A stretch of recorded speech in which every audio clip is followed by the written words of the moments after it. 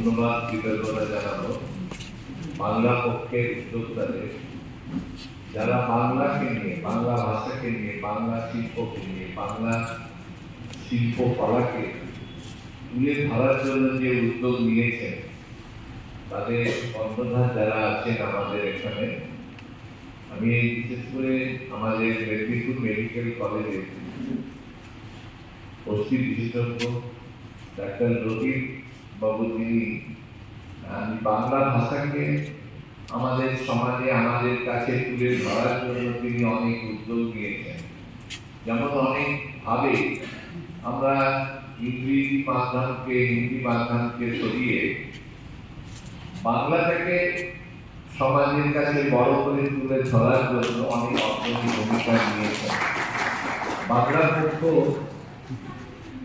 কেননা আমরা বাঙালি হয়ে, আমি ইংরেজি অনার্স পাস করেছি মেদিনীপুর কলেজ থেকে, অনেক ছাত্রছাত্রীকে দেখেছি তার আইডেন্টিটি কার্ড বা কোনো কিছু একটা মিসিং হয়ে গেছে,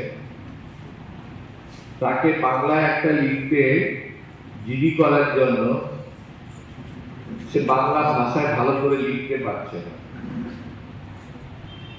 অনেক সময় আমরা দেখেছি যে বাংলা আমাদের গর্ব, যে বাংলা পণ্ডিত ঈশ্বরচন্দ্র বিদ্যাসাগর যে বাংলা ভাষার মাধ্যমে সমাজ সংস্কার করেছিলেন, সেই পণ্ডিত ঈশ্বরচন্দ্র বিদ্যাসাগর তো একজন আমাদের জেলার গর্ব, যাকে আমরা তুলে ধরি সারা ভারতবর্ষে। তিনি কলকাতা কলেজ থেকে ছেড়ে মেদিনীপুরে এসে আমাদের এই মেদিনীপুর জেলাকে গৌরবান্বিত করেছেন। সেই বাংলা ভাষাকে যেন আস্তে আস্তে আমরা হারিয়ে ফেলছি। আজকে দেখুন আমাদের এই বাংলায় আইএস, আইপিএস, ডাব্লিউবিসিএস পরীক্ষার ক্ষেত্রে আমাদের বাঙালিরা অনেকটা পিছিয়ে যাচ্ছে। আমাদের অভিভাবকরা, আমাদের পিতা মাতারা বা আমাদের যারা অভিভাবক গার্জেন, তারা বেশি করে দেখছি যেন ইংলিশ মিডিয়ামের ছেলে মেয়েকে পড়াশোনা করাতে পারলে তারা ভালো হয়। বেশি ঝোঁক আমাদের সরকারি প্রাইমারি স্কুলগুলোতে ছাত্রছাত্রী নেই, 6 জন টিচার আছেন, 3 জন ছাত্র আছে। অথচ ইংলিশ মিডিয়াম স্কুলগুলোতে লাইন দিয়ে, পয়সা দিয়ে তাদেরকে সেখানে পড়ানো হচ্ছে। তো সেই বাংলা ভাষাকে যদি আমরা আমাদের গুরুত্ব দিয়ে, আমাদের যারা পূর্বপুরুষ যারা বাংলাকে নিয়ে গর্ব করেছে, যে বাংলা আমাদের পথ দেখিয়েছে, সেই স্বাধীনতা আন্দোলন বলুন, সমাজ সংস্কার বলুন, এই বাংলা পক্ষ তারা যে বাংলা ভাষাকে, বাংলা শিল্পকে, বাংলার সংস্কৃতিকে তারা বিভিন্ন মঞ্চস্থ করছে, বিভিন্ন ভাবে মানুষের কাছে তুলে ধরছে। এটাই আমাদের গর্বের যে আমাদের বাংলা পক্ষ যারা আজকে নেতৃত্ব দিয়ে চলেছেন।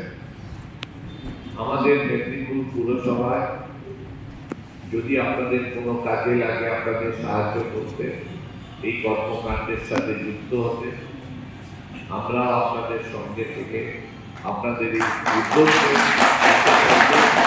আপনারা অনেক বিষয়গুলি আমাদেরকে জানিয়েছেন যে বাংলা সমস্ত নোটিশ যাতে বাংলার মাধ্যমে হয়, নোটিশ বোর্ডগুলোতে যাতে বাংলা ভাষার মাধ্যমে সেখানে নোটিশ টাঙানো হয়, সরকারি দপ্তরগুলোতে যেখানে ইংরেজি মাধ্যমে বোর্ড লাগানো আছে সেগুলো বাংলা মাধ্যমে হয়।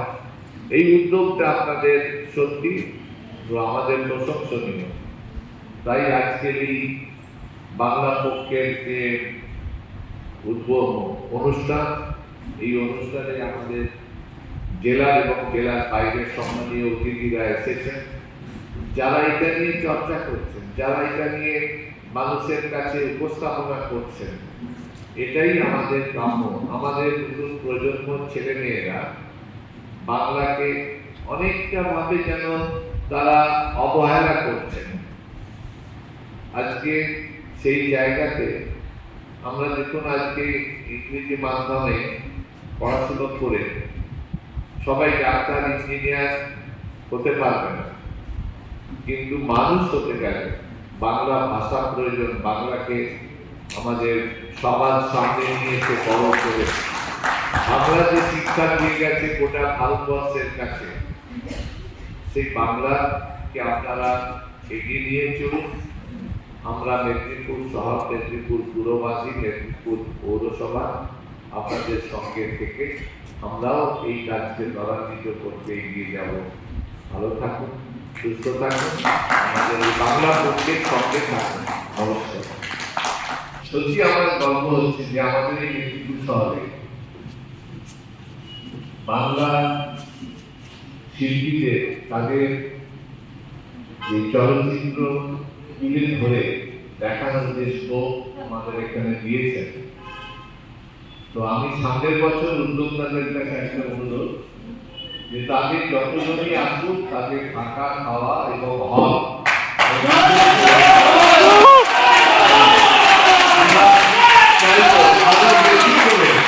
আমাদের শিল্পীরা আজকে আমাদের কেমন আমাদের বাংলা মসজিদের বিপুল তারা এই কাজটা করুক। আমাদের সংগঠন, আমরা মেদিনীপুর পৌরসভা, বিদ্যাসাগরের দেশ, আমরা এই বাংলা ভাষাকে নিয়ে যারা চর্চা করছেন, বাংলা ভাষাকে নিয়ে যারা মর্যাদা দিচ্ছেন, বাংলা ভাষাকে নিয়ে যারা ভারতবর্ষের কাছে পৌঁছে দিচ্ছেন, তাদের এই উদ্যোগকে সামনের বছর তাদের এই হল এবং যতজনই বাইরে থেকে আসবেন তাদের থাকা, খাওয়া আমরা সব মেদিনীপুর পুরসভা বহন করব।